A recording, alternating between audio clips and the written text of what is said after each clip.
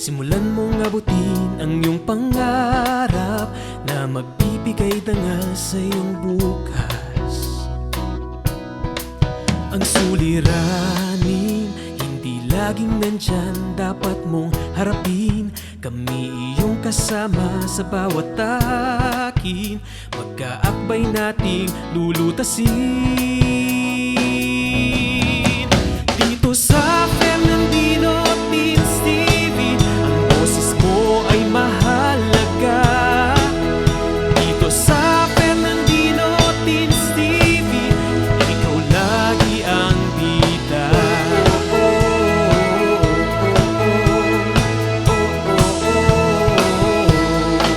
Ang mga aral ay ginintuang atin ng bawat guro na siyang gagabay sa iyong pagkamulat. Naway umukit ito sa iyong isipan, maging mapanuri, sundin ng wasto at nararapat. Kagandahang asal ang ipakita, ipadama ang pusong may malasakit. Dito sa Fernandino Teens TV, ang boses mo ay mahalaga. Dito sa Fernandino Teens TV, ikaw lagi ang bida. Sakali mang tayo'y subukin ng unos, ating haharapin ng walang takot. Sasamahan ka ni Fernan at Dino, ang bagong barkada mo. Dito sa Fernandino Teens TV, boses mo ay mahalaga. Dito sa Fernandino Teens TV, edukasyon mo'y sigurado na. Dito sa Fernandino Teens TV, boses mo ay mahalaga. Dito sa Fernandino Teens TV, edukasyon mo'y sigurado na.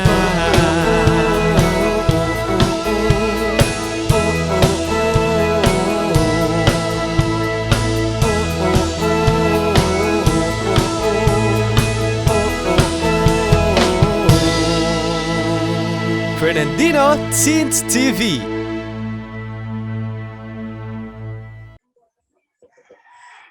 Dan, bakit parang ang seryoso mo ata? Mukhang malalim ang iniisip mo ah. Oo nga. Ano ba yung ginagawa mo? Nag-iisip kasi ako ng magandang isusulat sa script ko. Meron kasing roleplay presentation sa class. Ang role ko ay isang talk show host. Iniisip ko kung ano kaya ang itatanong ko. Tamang-tama. Ang ating lesson ngayong araw ay tungkol sa mga estratehiya sa pagtatanong. Malalaman natin kung paano ba ang tama o akmang pagtatanong. Ganun ba? O ano pang hinihintay natin? Let's watch and learn.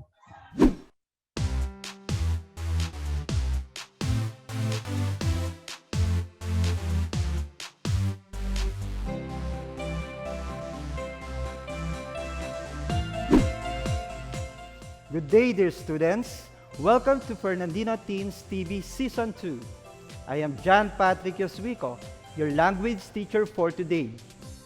Today's episode is titled Asking the Right Questions and Eliciting Answers, a Key to a Better Communication. We will focus on one of the most essential learning competencies, which is using appropriate techniques and strategies when asking questions or eliciting answers. The learning objectives which will support our MELC for this episode are: number 1, identify the proper techniques and strategies in asking questions or eliciting answers. Number 2, observe situations whereby rational responses can satisfy logical questions. Number 3, use appropriate techniques and strategies when asking questions or eliciting answers. Anne Burrells once said, "Part of being successful is about asking questions and listening to the answers." Having the skill to raise questions and the keen recognition of accurate answers will lead you to a more satisfying existence. Improving yourself in terms of knowledge will be quite easier if you know how to ask the right questions. Furthermore, eliciting useful information greatly depends on the accuracy of the questions asked. The same applies to communication in general. If you ask the wrong questions, you will probably get the wrong answers, or at least not quite what you are hoping for. Asking the right question is at the heart of effective communication and information exchange. By using the right questions in a particular situation, you can improve a whole range of communication skills. Carl Jung, a Swiss psychiatrist and psychoanalyst, said, "To ask the right question is already half the solution of a problem." In order to solve a problem, you should ask questions that will lead to its solutions. For example, instead of, "Why can't I turn in my outputs on time?" you can ask, "How can I turn in my outputs on time?" Or, "What should I do so I could turn in my outputs on time?"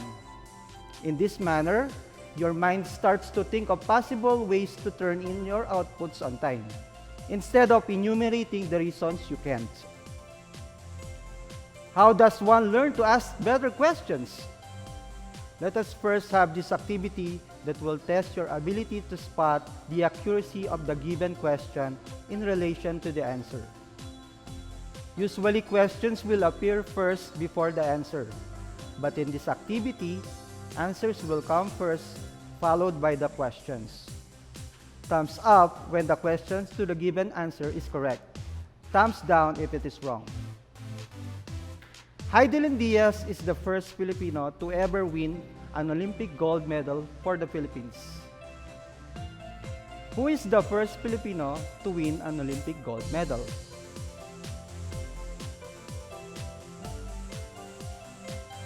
Thumbs up. Your answer is definitely correct.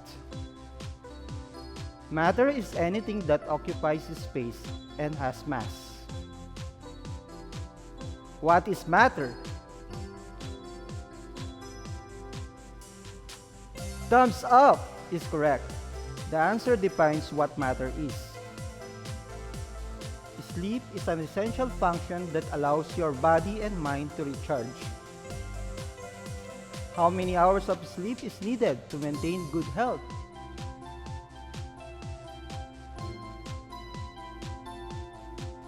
Thumbs down. Brilliant! The question may be relevant to the statement, but the statement does not answer the question. Mount Pinatubo last erupted on June 15, 1991, and was considered the second largest eruption of the 20th century. What is the largest volcano in the Philippines? Thumbs down. Awesome!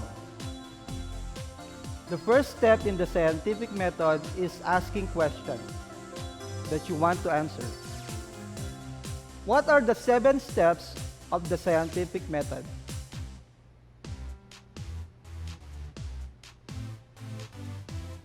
Thumbs down.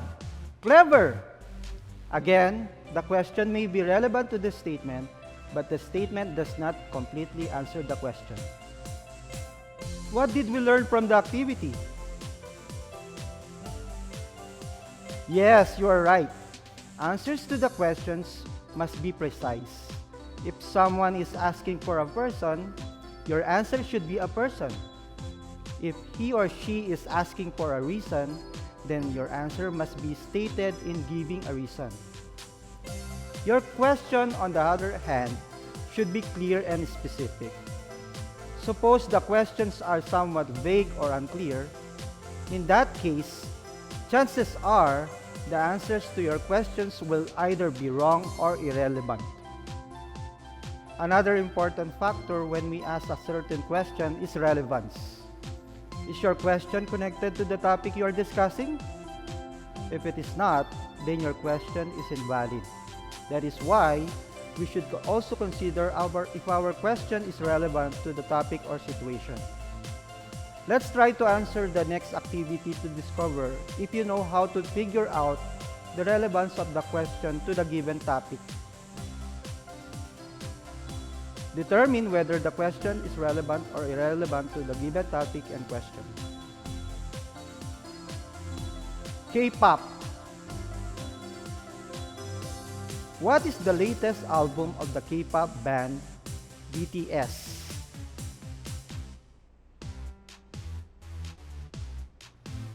If your answer is relevant, you are correct. Philippine history. Who discovered America? The answer is irrelevant. I bet you got it right since the question is beyond the topic. Basketball. Who is your favorite PBA player? Excellent! It is relevant. Mathematics. How many bones do we have in our body? Wise answer, it is irrelevant. Though the question asks for a number, the question is likely to be asked in anatomy class. Health. Why do we need to wash our hands frequently? You are right. The answer is definitely relevant. Were you able to answer all the items correctly? I bet you did. This activity teaches us the first step in asking questions, which is focus.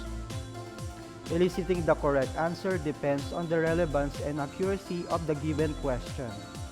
Thus, consider what you really need to know to achieve your goal to get the much needed information. We will learn more on how to ask better questions after this short break. Please stay tuned!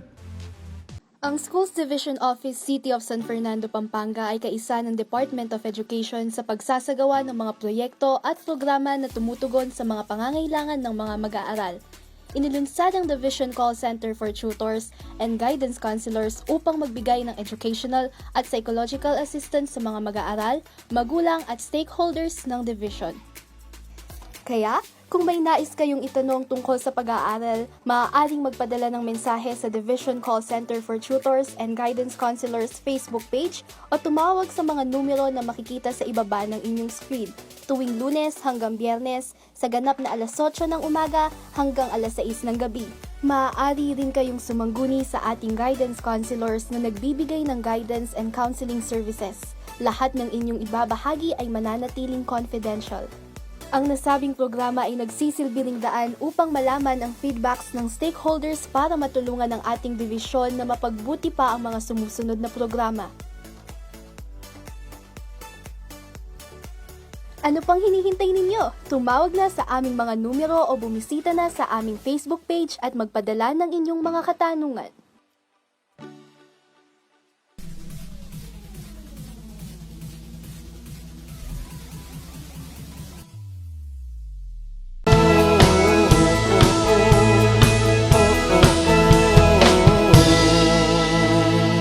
Fernandino Teens TV.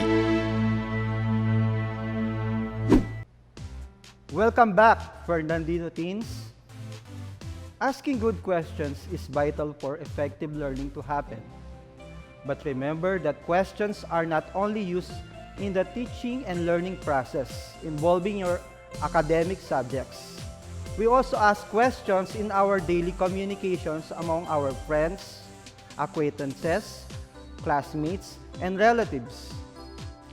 To establish effective communication and avoid miscommunication, we must develop the necessary skills in asking the right questions. Here are the questioning techniques that will help you develop your skill in asking questions. The first technique is using a closed question. A closed question usually receives a single word or a very short factual answer. For example, are you thirsty? The answer is yes or no. Where do you live? The answer is generally the name of your town or your address. Here are some examples. How was the party? Tell me what happened next. The second technique is the use of funnel questions. This specific technique starts with general questions and then drilling down to a more specific points. Usually, this involves asking for more and more details at each level. It is often used by detectives taking a statement from a witness. Here are some examples. How many people were involved in the fight? About 10. Were they kids or adults? Mostly kids. Were any of them wearing anything distinctive? Yes. Several of them had red baseball caps on. The third technique is the use of probing questions. Asking probing questions is another strategy for finding out more details. Sometimes it is as simple as asking your respondent for an example to help you understand a statement that they have made. Here are some examples. When do you need this report by? And do you want to see a draft before I give you my final version? How do you know that the new database cannot be used by the Salesforce? The fourth technique is the use of leading questions. Leading questions try to lead the respondent to your way of thinking. This can be done in several ways. Here are some examples. How late do you think that the project will deliver? This assumes that the project will certainly not be completed on time. Lori is very efficient, don't you think? Or option 2, Lori is very efficient, isn't she? This is a question that adds a personal appeal to agree at the end. Our natural tendency to prefer to say yes than no plays an important part in the phrasing of questions. Shall we all approve option 2?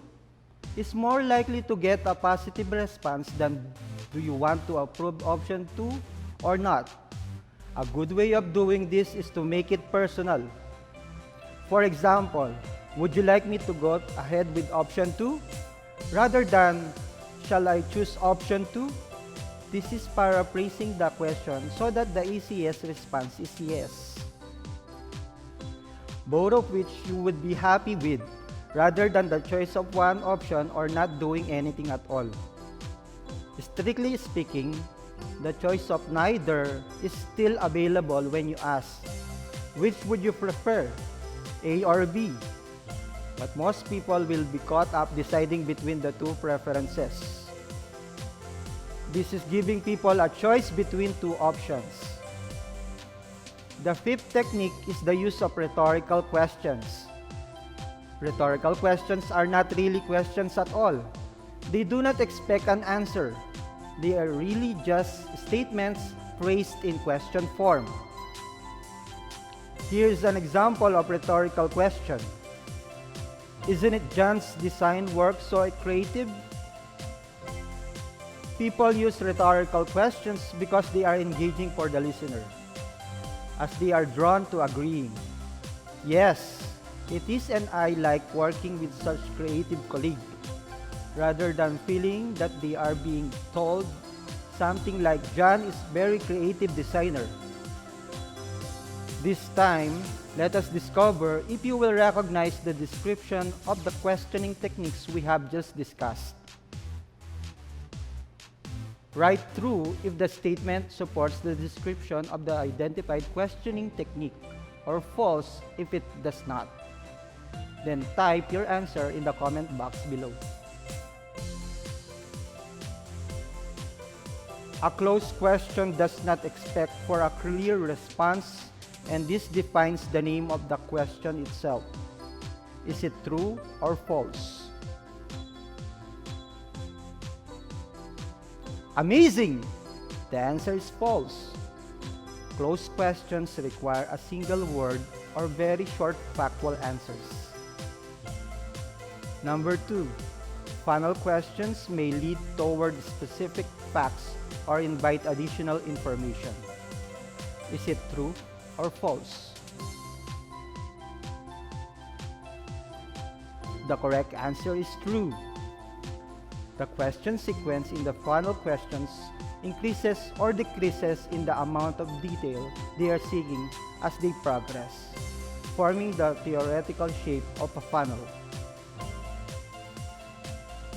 Number 3, probing questions are asked when you want to delve deeper into an issue. Is it true or false? Brilliant! The answer is true. They are follow-up queries that ask for detailed analysis of a particular topic and facilitate critical thinking and in-depth reasoning, as the answers can be subjective and can vary from one person to another. Number 4, a leading question does not need an answer because the asker may already provide a concrete response to the question. Is it true or false? If your answer is false, you are undeniably correct. A leading question is a type of question that pushes respondents to answer in a specific manner based on how the question is framed. Number 5, a rhetorical question is asked not for the answer, but for the effect of persuading someone. Is it true or false? Wonderful! The answer is true. A rhetorical question is a question that requires no reply, either because the answer is obvious or because the asker already knows the answer. You have just learned the techniques in asking questions. It is high time for you to consider the proper way of responding to queries. The following are the steps on the proper way of answering questions. The first one is understand what the question is about. The first step to answering a question is to understand what is being asked. What is the subject? This could be weather, recent news reports, your lessons, and so on. Now, this is a basic but crucial stage. Talking about submarines when the other person was asking you about fashion choices? That could be awkward. So, it helps to ensure your brain remains at optimal performance levels whenever you are at risk of facing unsolicited questions. Here is a hypothetical scenario that you should avoid here. Asker: hey, where did you buy that tasty-looking salad? Wrong answer. It is not fair for you to presume I am ditching my diet plan with this salad. The second step is to recognize what the asker wants to know. Now that you know the subject in above question is the salad, the next step is to identify what the other person wants to know. This is normally an instantaneous process done by our brain. For some people, however, it may be easy to get confused. Just remember to focus on what, where, and so on. The question above had two keywords, where and by, and one subject, which is salad. Do you get it? Of course you do. Here is hypothetical scenario that you should avoid here. Asker: hey, where did you buy that tasty-looking salad? Wrong answer. Oh, this salad? It is delicious and has chicken, anchovies, and cucumber. The third step is to identify relevant facts. You know what the question is about, and you know what the asker wants to know. Now you should be able to pick out information in your brain that is directly relevant to the question. In the question above, we have established that the asker wants to know where you bought the salad. The relevant fact would be location, where you removed some currency out of your pocket and handed them over to a vendor who subsequently provided you with a packet of food commonly known as salad. Any other fact, while relevant, may not necessarily be what your asker wants to know. So put priority on the most relevant fact. This must be lead component of your reply. The fourth step is to organize your answer and say it. Okay, so you have precisely the relevant nugget of information that the asker wants to know. But presentation matters. Otherwise, the other person would be left confused. What you can do here is to tap into the years of language training we have had in school and remember the standard procedures of constructing sentences. Subject, verb, noun, and all of that. Here is a hypothetical scenario that you should avoid here. Asker, hey, where did you buy that tasty looking salad? Wrong answer. San Fernando, office, roadside, woman, stall. Now that we have these 4 steps, it is time to put them into practice. Let us revisit the hypothetical question. Asker, hey, where did you buy that tasty looking salad? Perfect answer. John, I bought this delightful pack of salad at a roadside stall in San Fernando Junction when I was on my way to the office this morning. That was a very thought-provoking activity. Are you ready to further enrich your skills in crafting questions and giving answers? We will put into practice what we have just learned on questioning techniques when Fernandino Teens TV returns. Maya po oras kaya kayo, Fernandinos. Ako pala ay Elwin R. Serrano ng City Tourism Office ng Siyudad San Fernando. Ngayong bulan na ini, pagmasusyantaya ang National Heritage Month na ating temang Victory and Humanity, Upholding Filipino Heritage and Identity. Kambena nini, metong karang aktibidades na ng siyudad, apin ng launching ng bayong Heritage Passport.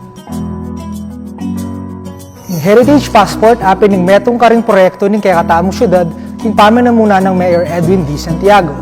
Anong nuka rin makalagelangan ding eganagan ng heritage sites, heritage structures, na akit tamo kin kay katamong heritage district. Makakayado din keni, ding importansya da ding mapil na tradisyon, kay ni syudad, kalupa ng pamangawang parol, ang po yung pamangalesa. May aw siyang heritage passport, uling atin kang dapat gawan, anong nukaran puntalan mo lading at yung passport, at saka ka mag-selfie, kay ba't kanta palto making tourism office, at mamiyalang sticker ka rin eganagan ang apuntulan mong lugar. At timong may ngari ang tutong passport.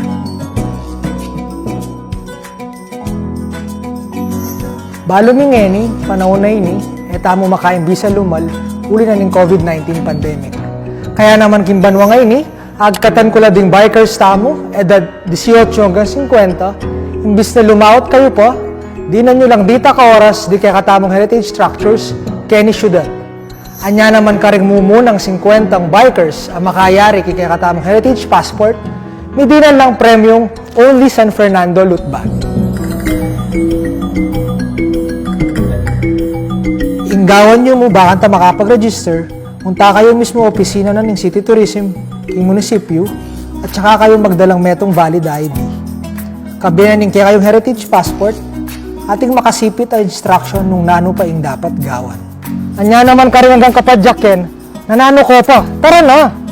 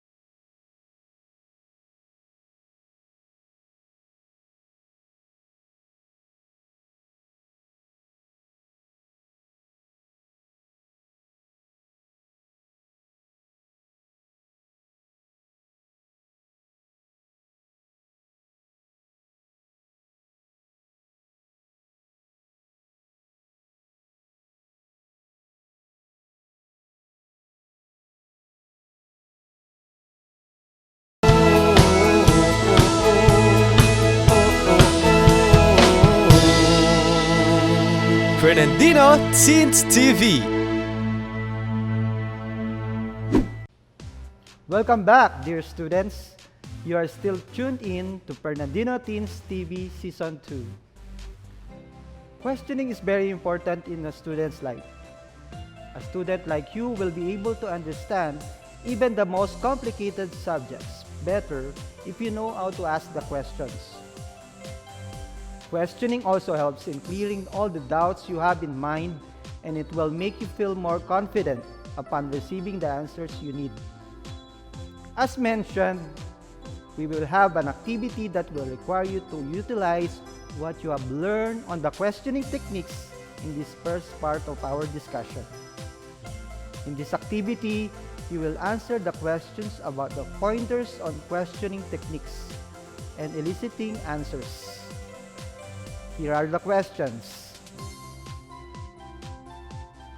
Is this a good example of rhetorical question? Yes or no? What do you like most about your work? You are correct. The answer is no. The question is an example of a closed question. Number 2. Identify the answer that fits the question in item number 1.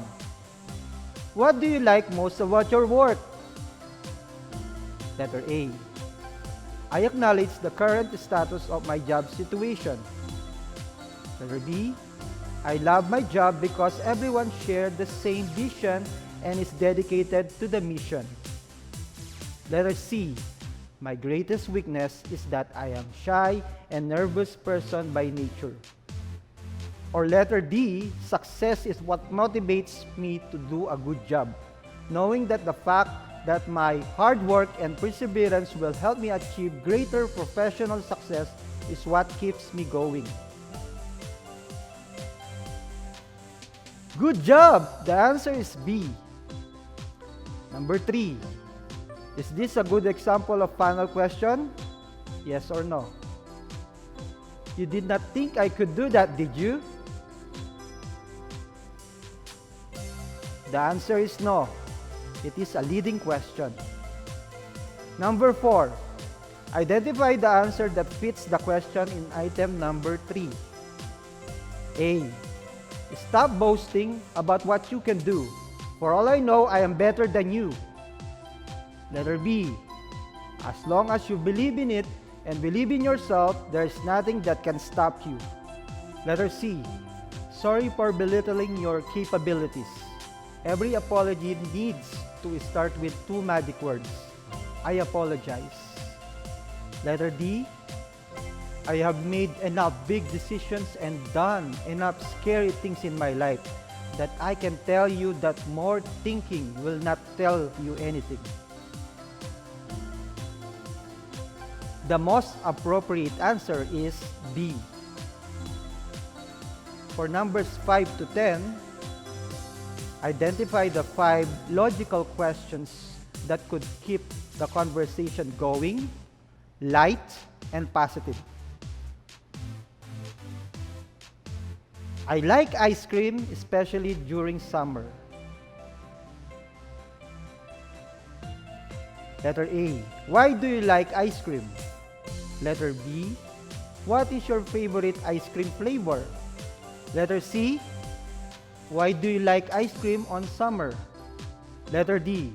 Do you want to try my favorite flavor too? Letter E. Why don't you eat ice cream during winter? Letter F. Seriously? Why do you eat that kind of food? Letter G. Do you know that ice cream makes me really feel happy? Letter H. Why do you like ice cream if it is not fitting to your diet? Letter I. Which is better, ice cream or sherbet? Why? I bet it's sherbet. Letter J. Would you like to have ice cream with us when we get back here in the park? The answers are A, C, E, G, and H. You know what, Bernardino teens? Questioning is the key to gaining more information, and without it, interpersonal communication can fail. Questioning is fundamental to successful communication. We all ask and are asked questions when engaged in conversation. Let us move on to our next activity for today's episode on using appropriate techniques and strategies when asking questions or eliciting answers. Are you excited about our next activity? Let us get it done then. Write true if the statement supports the description of the identified questioning technique or false if it does not. Type your answers in the comment box.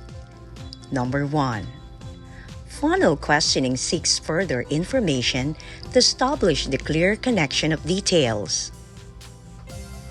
The answer is true. Number 2.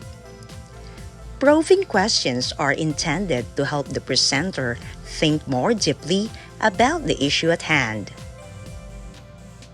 The answer is true. Probing questions are questions that you ask to gain greater insight into what someone has just told you, helping you uncover the reasons and emotions behind. Number 3. A leading question prompts or encourages the desired answer. If your answer is true, then you are correct. This time, let us identify the logical question that could keep the conversation going. Number 4. I just got a new bike for my birthday. Letter A. What type of bike is it? Letter B. When is your birthday? Let us celebrate it. Letter C. May I know who gave you the bike so I could also request for one? The answer is A. Good job. Number 5. Oh no, I had a low grade in my English class. Letter A. Why did you not get a good grade? Letter B. Did it satisfy the qualification for your scholarship? Letter C. Do you think teacher can still give a second chance? Wonderful! The answer is C. Number 6. Just one more week before our vacation with the family. Letter A. Why should you get excited? Letter B. Are your classmates invited? Letter C. Where are you going for a vacation? You are indeed correct.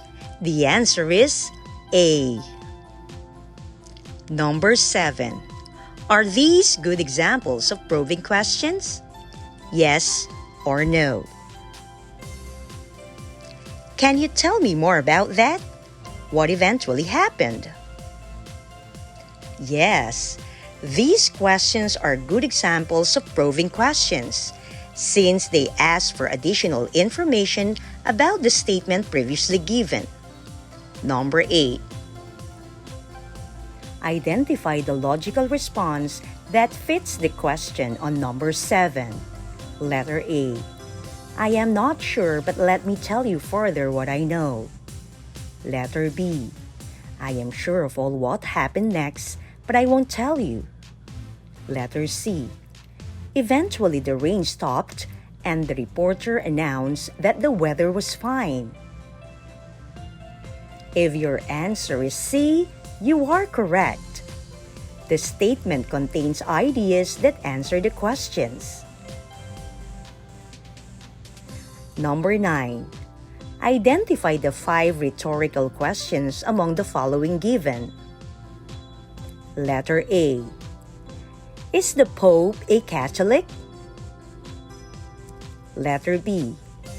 Does it look like I care? Letter C. Do you think that money just grows on trees? Letter D. How did that person get elected? Letter E. How many are the stars in our flag? Letter F. Do you want to be a failure for the rest of your life?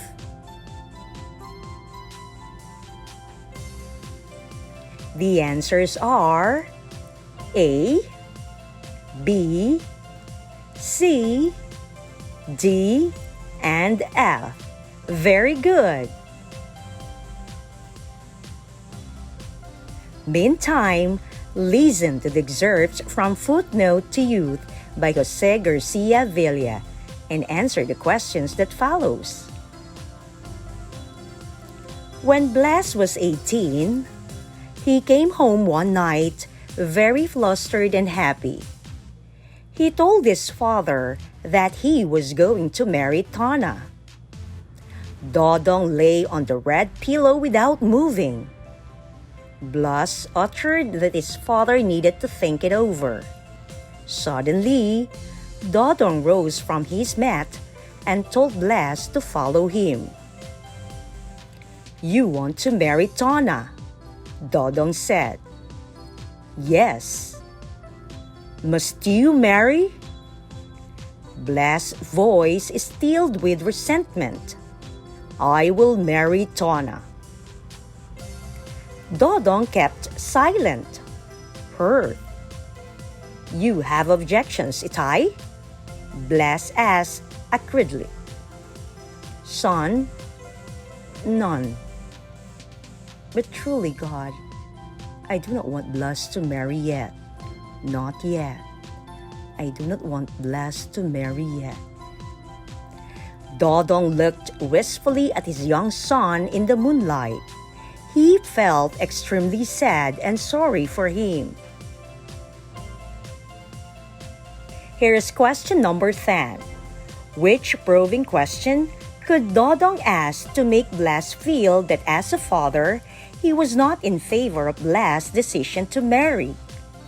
Letter A. Do you think this is the right time to marry Blas?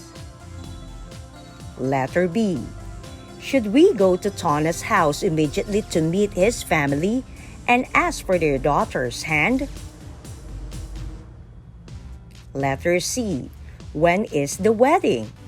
Can I invite my compadres in the wedding party? The answer is letter A. Indeed. As a father, if Dodong wants to delve more to understand the statement that his son has made. As we near the end of our discussion, we will have another enriching activity that will enhance not only your skills in asking and giving answers, but will also pique your critical thinking. All of this when Fernandino Teens TV Season 2 returns.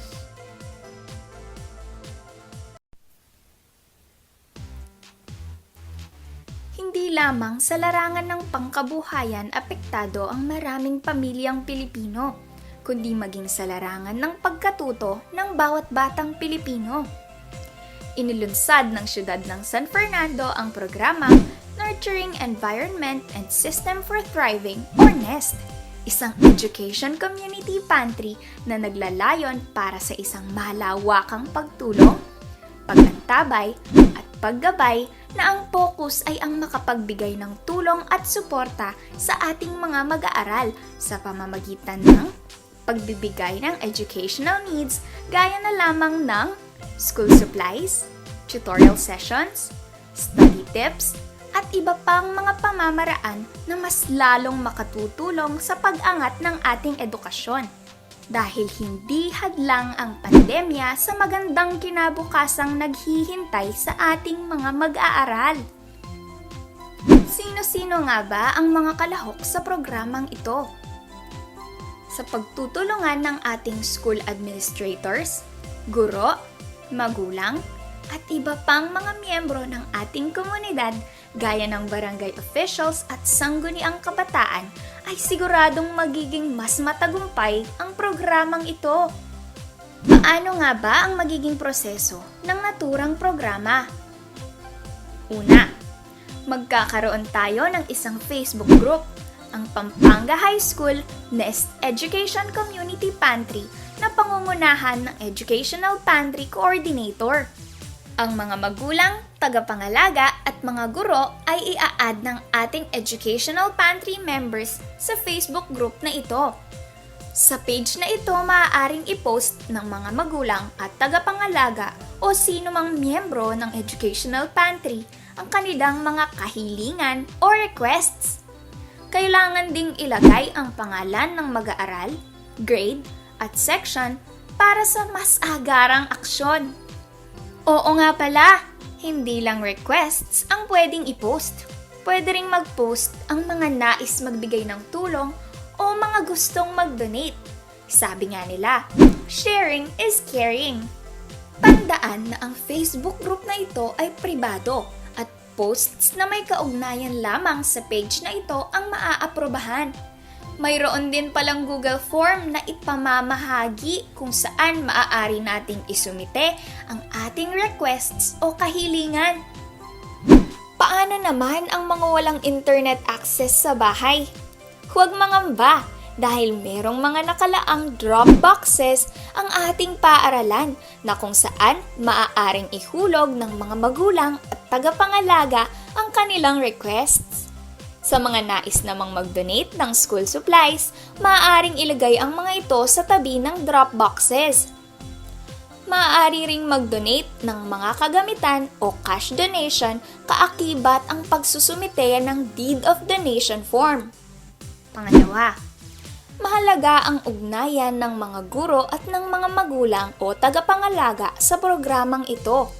Gamit ang video calls o chats ay ipahahayag ng mga guro ang adhikain ng programang ito sa mga magulang o tagapangalaga.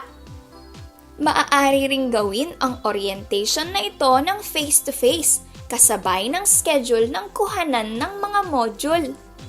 Gaya ng nabanggit, hindi lamang mga bagay ang maaaring i-donate. Pwede ring mag-conduct ng tutorial session, study tips, at iba pang mga kagamitan sa pagkatuto gaya ng mga aklat o kaya ay gadgets. Ikatlo, ang requested needs ng ating mga magulang o tagapangalaga ay ililista ng ating NEST focal person. Ang mga coordinator naman ang mag-aayos ng mga ito.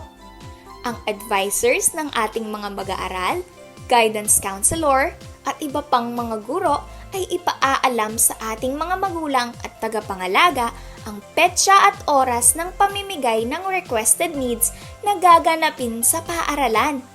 Sabi nga nila, it takes a village to raise a child. Kaya naman aktibo at iba yung pakikilahok ang inaasahan sa pagsasanib puwersa ng paaralan at barangay na siyang tutukoy sa pangangailangan ng bawat Fernandinong mag-aaral at kikilos upang matugunan ito sa tulong at suporta rin ng mga miyembro ng komunidad. Isang malawakang komunidad para sa isang produktibong educational community pantry ay tiyak na lilikha ng iba yung pagkilos upang maging mas magaan at madali ang pagkatuto ng bawat kabataang Fernandino.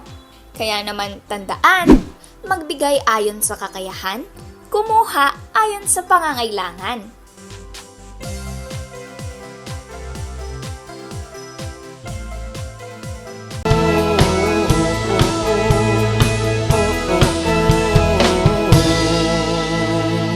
Fernandino Teens TV. Thank you for waiting, Fernandino Teens. Are you ready for another interesting activity? This time, let us see if you can figure out the situation that describes the right way to answer questions. Choose the letter of your answer. The choices are A. Understand what the question is about. Letter B. Recognize what the asker wants to know. Letter C.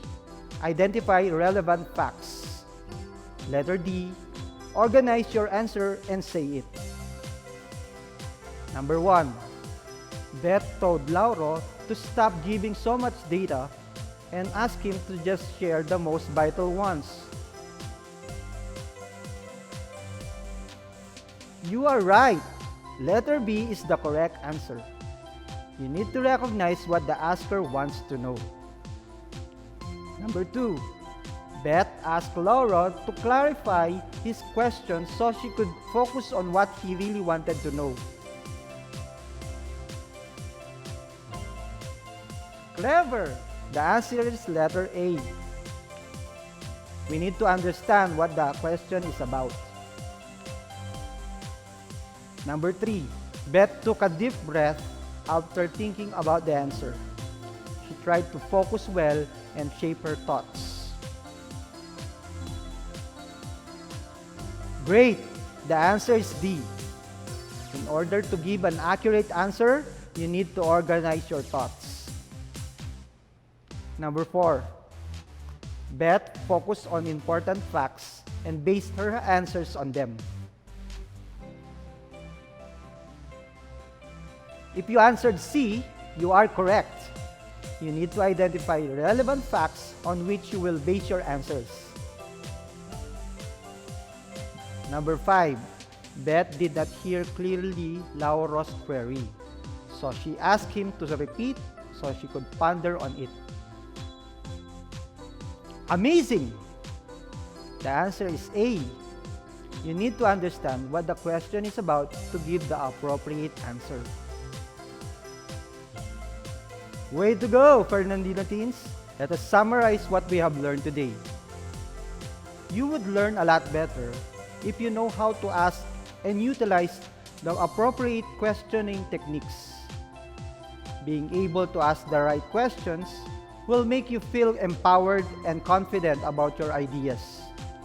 Asking questions is not only effective in gathering better information and information exchange, it can also help you establish effective communication and build stronger relationships. For example, you can help settle and diffuse a fight between your siblings at home, or a heated argument among your friends by using funnel questions that will make them focus on the details of the arguments. And you, in turn, help them control the situation by helping them talk about their misunderstanding in details. By letting them discuss the details, you are giving them a chance to cool down their heated temper. Thus, you are not only able to diffuse a heated situation, but you also persuade people to express how they feel without the feeling of being lectured. Having the skills in questioning techniques is really empowering, not only in the academic aspect, but also in the personal and social aspects of your life. So, what is the significance of learning the techniques and strategies in asking questions and eliciting answers in your life as a social being and as a student? You have probably used all of the questioning techniques before in your everyday life in school and at home. But by consciously applying the appropriate kind of questioning, you can gain the information, response, or outcome that you want even more effectively. Let us wrap up today's lesson. Asking questions are powerful ways of: number 1, learning. Ask open and closed questions and use probing questions. Number 2, relationship building. People generally respond positively if you ask about what they do or require about their opinions. If you do this in an affirmative way, tell me what you like best about working here. You will help to build and maintain an open dialogue. Number 3, managing and coaching. Here, rhetorical and leading questions are useful too. They can help get people to reflect and to commit to courses of actions that you have suggested. Would it not be great to gain some further qualifications? Number 4, avoiding misunderstandings. Use probing questions to seek clarification, particularly when the consequences are significant, and to make sure that you avoid jumping to conclusions. The ladder of inference can help here too. Number 5, diffusing a heated situation. You can calm an angry classmate, friend, customer, or a colleague by using funnel questions to get them into more details about their grievance. This will not only distract them from their emotions, but will often help you identify a small practical thing that you can do, which is often enough to make them feel that they have won something and no longer need to be angry. I hope that our discussion in today's episode will help you a lot into becoming successful and productive individuals in the future. Here are the references used in this presentation.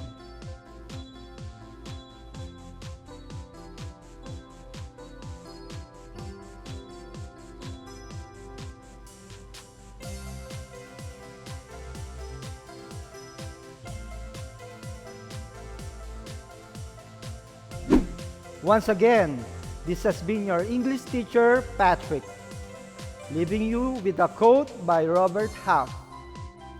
Asking the right questions takes as much skill as giving the right answers. Be always ready to learn. Thank you for watching Fernandino Teens TV Season 2.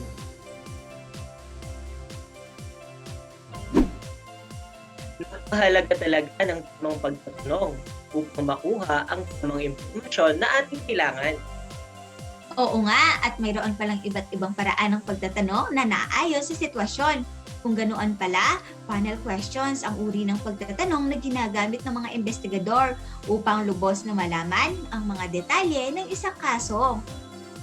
Open and closed questions at probing questions naman ang mga ginagamit na estratehiya sa pagtatanong tuwing tayo ay nag-aaral. Marami na naman tayong natutuhan na kapakipakinabang sa ating pag-aral sa episode na ito. Kaya naman, maraming salamat, sir! Magkita-kita tayong muli at sabay-sabay na matuto sa susunod na episode ng Fernandino Teens TV! Season 2. Kung saan ang kabataang Fernandino ay angat sa aking talino.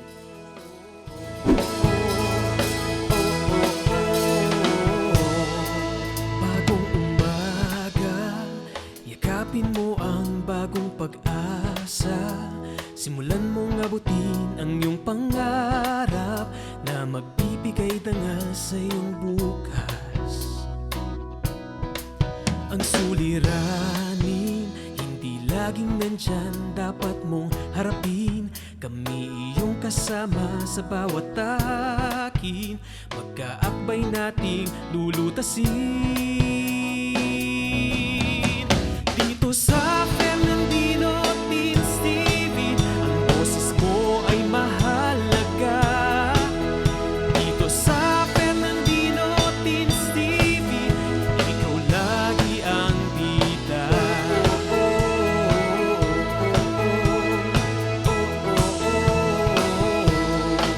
Ang mga aral ay ginintuang atin ng bawat guro na siyang gagabay sa iyong pagkamulat.